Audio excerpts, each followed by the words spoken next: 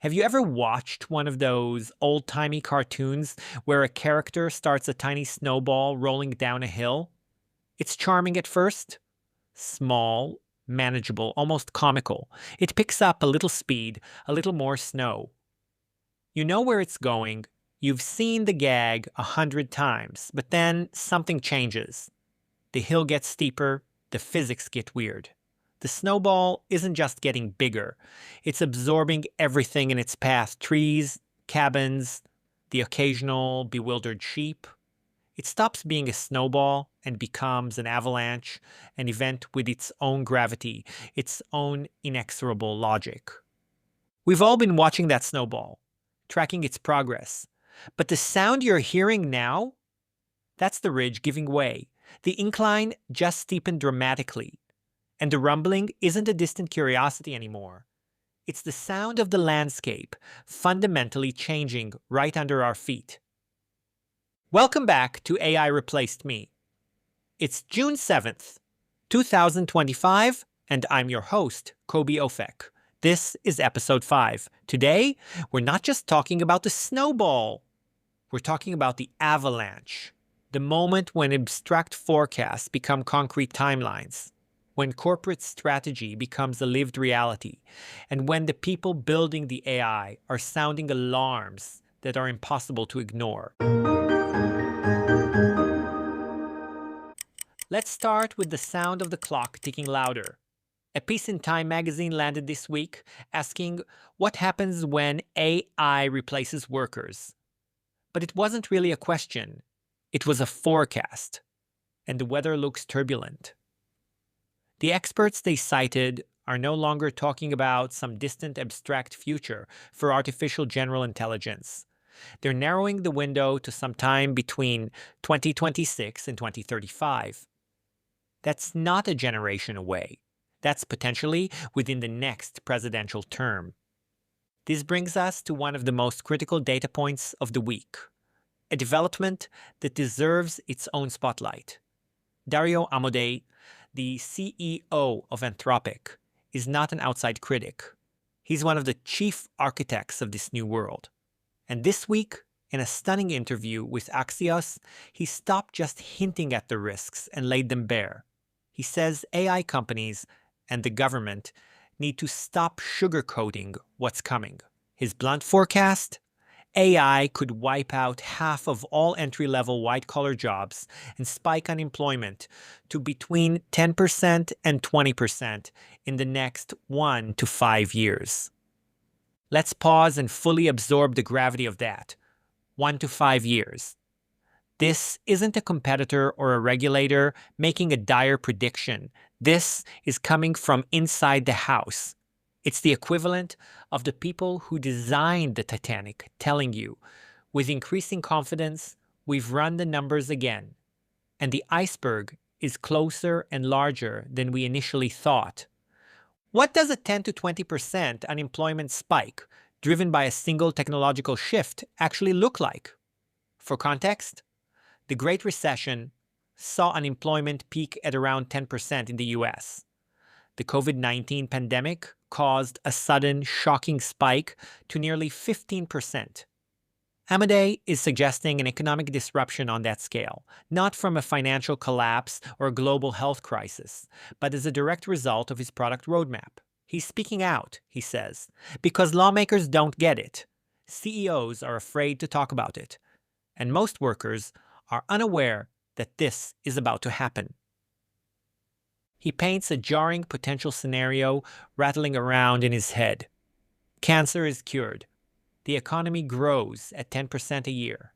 The budget is balanced, and 20% of people don't have jobs. This isn't just about shifting the conversation. It's about acknowledging that for the first time, a product's success is being measured against the nation's economic stability. The creators are essentially warning us that their win could be a systemic loss for society. Amodei points to a critical shift that's about to happen. Right now, he says, AI is mostly used for augmentation, helping people do their jobs. But the truth, he warns, is that use will quickly tip toward automation, actually doing the job. And the mechanism for this is something called agentic AI. Think of an agent as an AI that can autonomously do the work of a human, instantly, indefinitely, and exponentially cheaper. And he says this transition from augmentation to automation could happen in as little as a couple of years or less. This is the key to the avalanche. It explains how we get from AI as a helpful co-pilot to mass displacement almost overnight. When every company is racing to build AI agents that can handle finance, code, marketing, or customer support, the economic incentive to replace humans becomes overwhelming. And Amodei is worried about the societal fallout. The balance of power of democracy, he says, is premised on the average person having leverage through creating economic value. If that's not present, inequality becomes scary. So what's the solution? He's not calling to stop the train, but to steer it. And his ideas are radical for a tech CEO.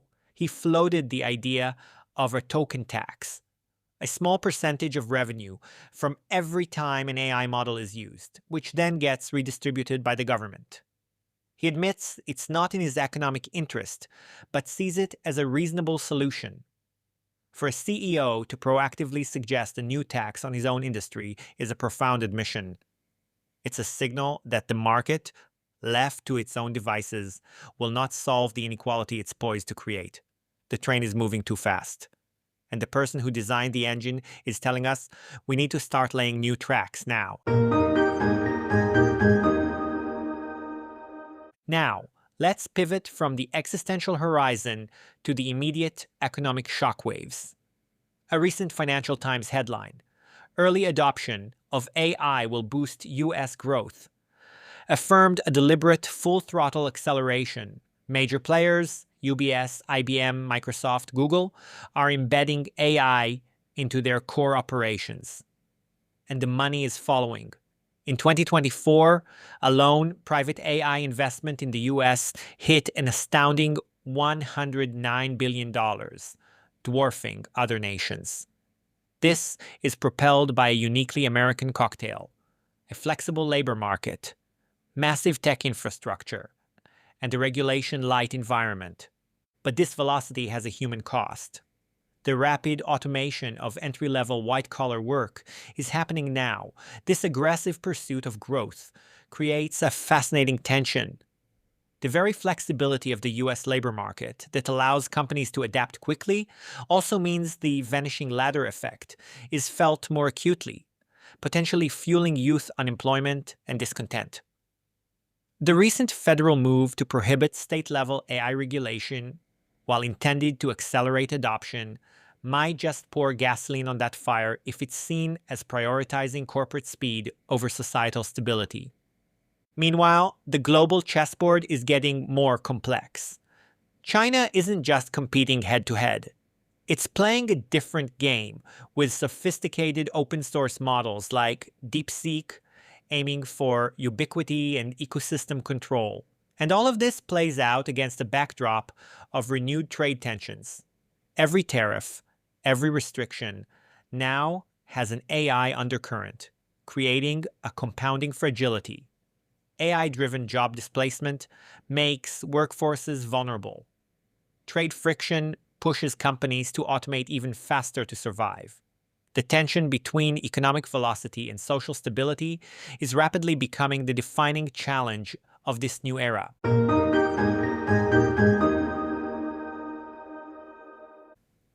But this high-stakes economic gamble, this full-throttle acceleration, isn't just a numbers game played on a global chessboard. It has a direct human cost, and that cost is not being distributed evenly. This week, the International Labour Organization released a report showing that AI's impact is profoundly gendered. A staggering 9.6% of jobs predominantly held by women are highly susceptible to AI transformation, compared to just 3.5% of male-dominated roles. That's nearly a threefold difference. The disparity is largely due to the high concentration of women in administrative and clerical roles, the low-hanging fruit for automation. The ILO talks about transformation, but we have to ask what that really means. Does it mean genuine upskilling or deskilling and a reduction in value? This often reflects a historical undervaluing of the invisible labor that keeps organizations running. Now, shift focus from the global workforce to the heart of American governance. This week, the Trump administration announced a plan to cut over 275,000 federal civil service jobs, about 12% of the workforce. The methods are as notable as the scale. Executive orders reportedly stripping due process protections, deferred resignation deals, and the unilateral closure of entire agencies. Beyond the immediate job losses and legal battles, there's a deeper strategic undercurrent. Even if AI isn't the direct cause today, this aggressive dismantling of worker protections and government functions creates a vacuum. It clears the path. When due process is eroded, the runway is paved for automated systems to step into the void. This could be a brutal preliminary step to de-risk the future large-scale integration of AI into government. It's like softening up the target. The critical question isn't just whether AI will replace these roles, but whether these layoffs are setting the stage for an accelerated, algorithmically driven transformation of governance itself. All right, let's look at the horizon with a clash of forecasts. The signals we're getting about the future of work are getting stronger, but they aren't all pointing in the same direction. These are today's future forward flashes. Oh my goodness! Time for future forward flashes! Flash 1. The view from the engine room. Let's start with the most urgent warning.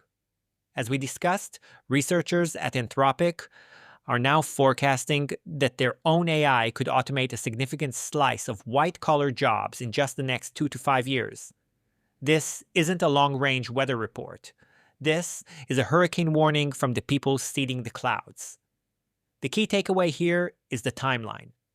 The people with the deepest insight into AI's capabilities are signaling a rate of change that our social and economic systems are simply not built to handle.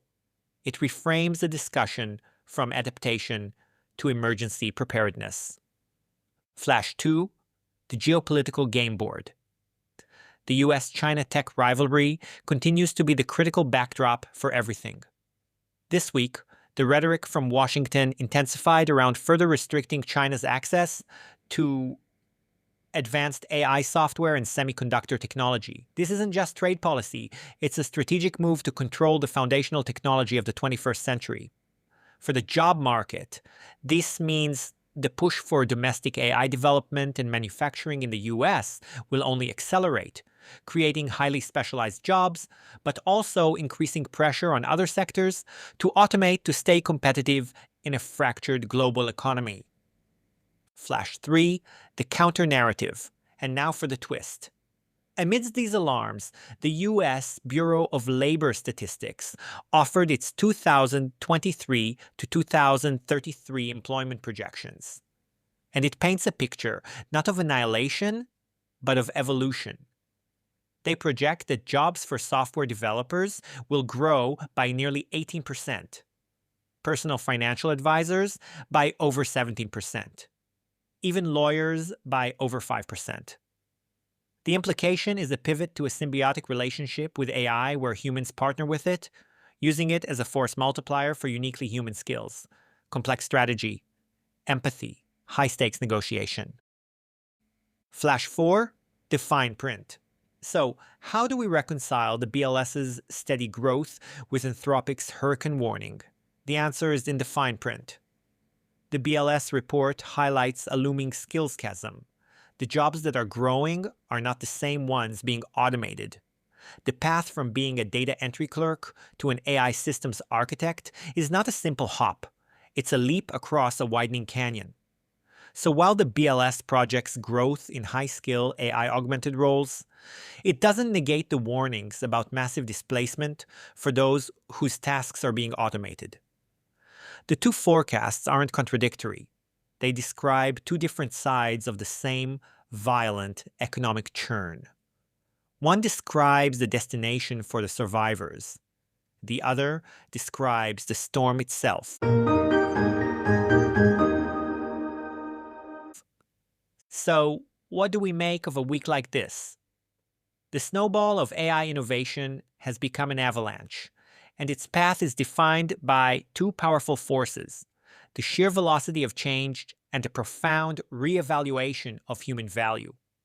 When the people building the most advanced AI systems on the planet are forecasting economic disruption on the scale of a major recession, we have to listen. It means the game has changed, but as the BLS data suggests, it doesn't mean the game is over. The central challenge is no longer just about reskilling for a new job. It's about preserving human agency and relevance in a world where the very concept of labor is being rewritten. This isn't a call for despair.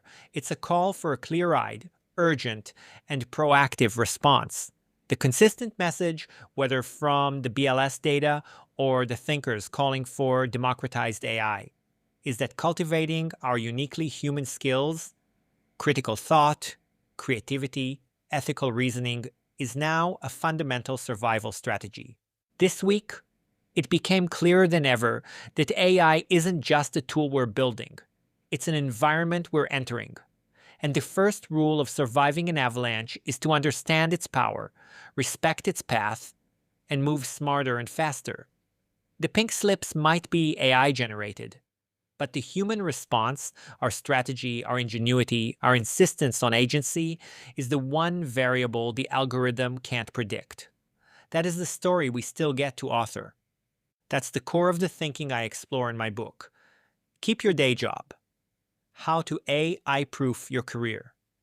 It's about building that resilience, that adaptability. You can find it on Amazon and wherever good books are sold. Join me next week on AI Replaced Me as we continue to watch together how AI is reshaping the future of work. Thanks for tuning in.